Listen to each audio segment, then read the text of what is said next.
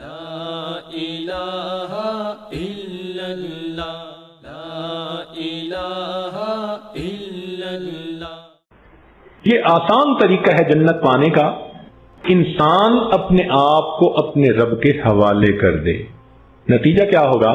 فرمایا وَفِيهَا مَا تَشْتَهِيهِ الْأَنفُسُ وَتَلَذُّ الْأَعْيُنُ، جنت میں سب کچھ ہوگا جو تمہارا نفس چاہے گا، اور وہ چیزیں ہوں گی جو تمہاری آنکھوں کو لذت دیں گی۔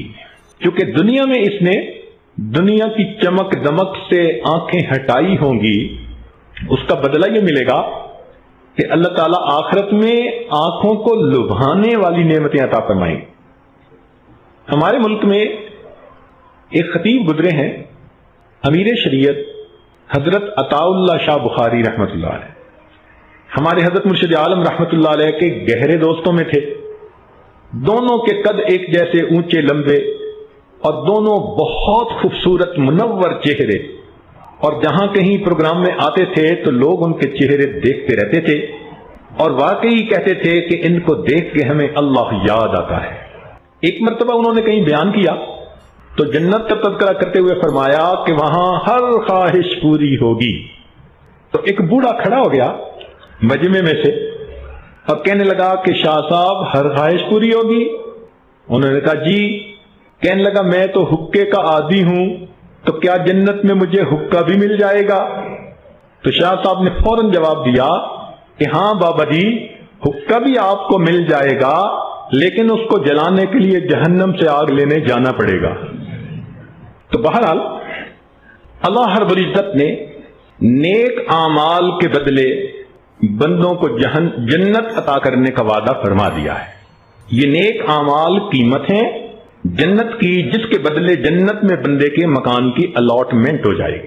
اچھا، یہاں پر ایک تصوف کا باریک نقطہ بھی کچھ عرض کرتے چلیں کہ بعض سالکین یہ کہتے ہیں جی کہ جنت کی طلب میں عبادت کیوں کریں، ہم اللہ کی رضا کے لیے عبادت کریں۔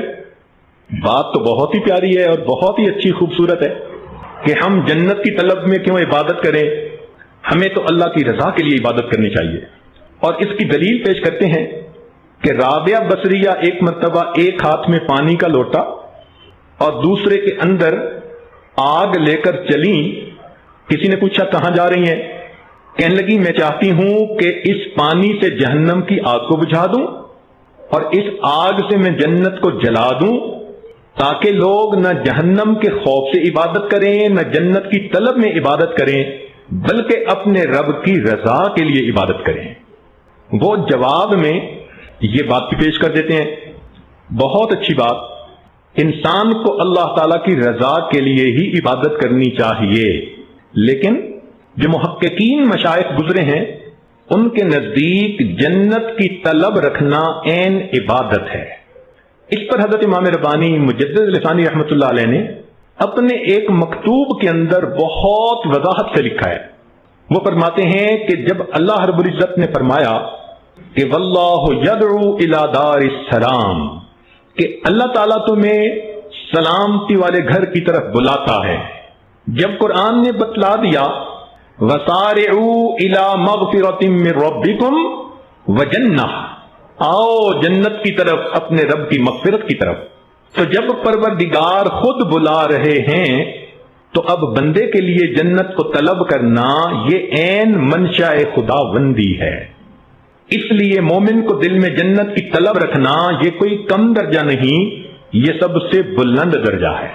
اور پھر اس پر وہ ایک دلیل بھی دیتے ہیں، وہ کہتے ہیں کہ دیکھیں اللہ تعالیٰ نے سیدنا یوسف علیہ السلام کو اس دنیا میں جنتی حسن کا نمونہ عطا کیا تھا، اسی لیے تو عورتوں نے دیکھ کر کہا تھا کہ ما ھذا بشرا ان ھذا الا ملک کریم۔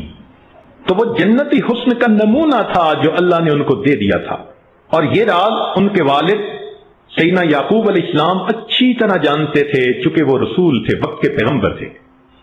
اس وجہ سے ان کو سیدنا یوسف علیہ السلام کے ساتھ بہت محبت تھی کہ میرے مولا نے اس دنیا میں مجھے جنتی نعمت کا نمونہ دے دیا، مجھے اس کی قدر کرنی ہے۔ اس لیے جب بھائیوں نے کہا تھا کہ یوسف کو ہمارے ساتھ بھیج دیجئے، تو انہوں نے کہا تھا انی لیحزننی مجھے اس بات سے دل کے اندر غم ہوتا ہے کہ میں یوسف کو بھیجوں اور کہیں اس کو بھیڑیا نہ کھا جائے۔ اور بالآخر جب یوسف علیہ السلام ان سے جدا ہو گئے تو حضرت یعقوب علیہ السلام ان کی جدائی میں اس لیے روتے تھے، اے میرے مولا، آپ نے مجھے جنتی نعمت کا نمونہ دنیا میں عطا کیا اور وہ نعمت مجھ سے دور ہو گئی، اے اللہ وہ نعمت مجھے واپس عطا فرما دے۔ اتنا روتے تھے وَابْيَضَّتْ عَيْنَاهُ مِنَ الْحُزْنِ فَهُوَ كَظِيمٌ، آنکھیں سفید ہو گئی تھی رو رو کے۔ اب سوچئے، جو شخص ولایت کا پہلا درجہ پا لیتا ہے اس کے دل میں اللہ کی محبت ایسی آ جاتی ہے کہ اگر اس کا بیٹا بھی فوت ہو جائے تو اس کو دل پہ کوئی صدمہ نہیں ہوتا کہ میرے اللہ کے پاس چلا گیا۔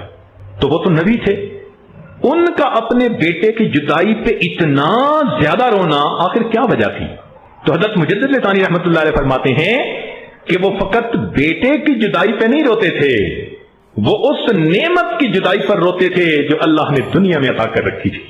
تو معلوم ہوا کہ جنت کی نعمتوں کی طلب رکھنا، قدر کرنا، یہ عین منشاء خداوندی ہے۔ اس لیے تو پروردگار نے ہمیں فرمایا کہ آؤ جنت کی طرف۔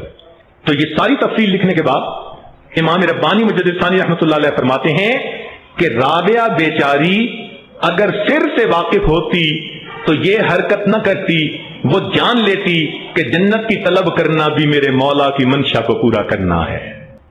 اللہ جزائے خیر دے ہمارے مشائخ کو، انہوں نے کیسی کیسی گتھیوں کو کتنی آسانیوں سے سلجھا دیا۔ اس لیے حدیث پاک میں آتا ہے کہ نبی علیہ السلام نے ارشاد فرمایا کہ رمضان مبارک میں تم دعا مانگو، اللہم انی اسألک الجنہ، اے اللہ میں آپ سے جنت کا سوال کرتا۔ تو جنت کی امید رکھنا، طلب رکھنا، یہ عین منشاء خداوندی ہے۔ اس لیے ہم اگر دنیا میں نیک اعمال کریں گے کہ اللہ رب العزت قیامت کے دن ہمیں اپنی وہ نعمت عطا فرمائے تو یہ ہماری بہت بڑی خوش نصیبی ہوگی۔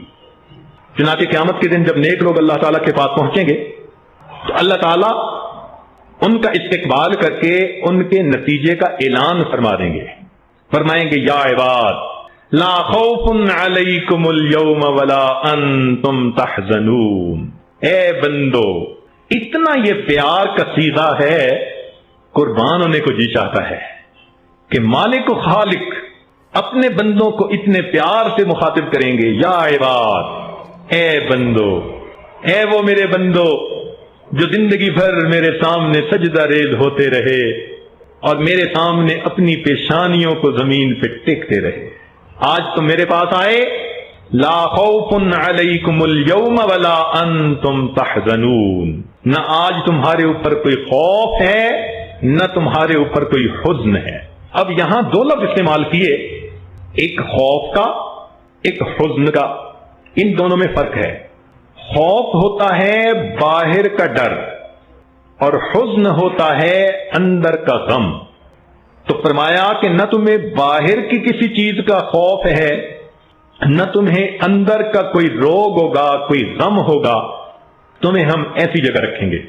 طلباء کے لیے خوف ہوتا ہے ماآت کا، آنے والے کسی صدمے کا خوف ہونا جو آنے والی چیز ہو، اور حزن ہوتا ہے ما فات کا، جو فوت ہو چکی، یعنی جو گزر چکی اس کا غم وہ حزن کہلاتا ہے، اور کوئی آنے والا صدمہ ہو تو اس کا خوف کہلاتا ہے۔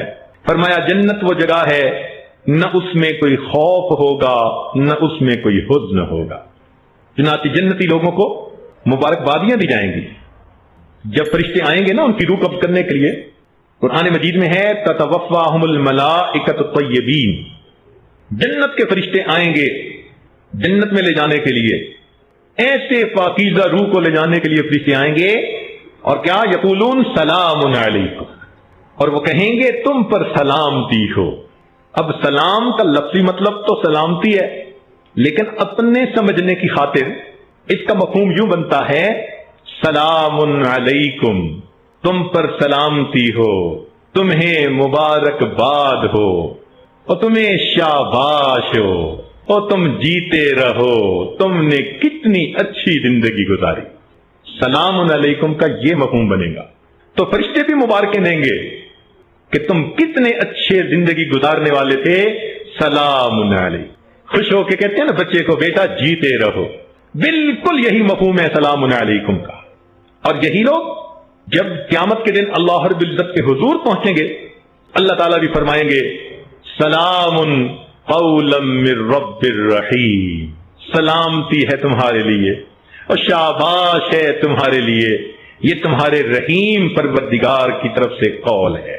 پھر ان کو کہا جائے گا ادخلوها بسلام آمنین، اب تم جنت میں داخل ہو جاؤ سلامتی کے ساتھ، امن کے ساتھ. تو جب یہ جنتی لوگ جائیں گے، جنت کے دروازے پہ پہنچیں گے، قرآن مجید میں آتا ہے والملائکۃ یدخلون علیہم من کل باب، ہر دروازے سے فرشتے ان کی طرف آئیں گے، کہیں گے سلام علیکم، تم پر سلامتی ہو اور تمہیں شاباش ہو، کتنی اچھی زندگی گزار کے آج تم کتنی اچھی منزل پہ پہنچ گئے. لا الہ الا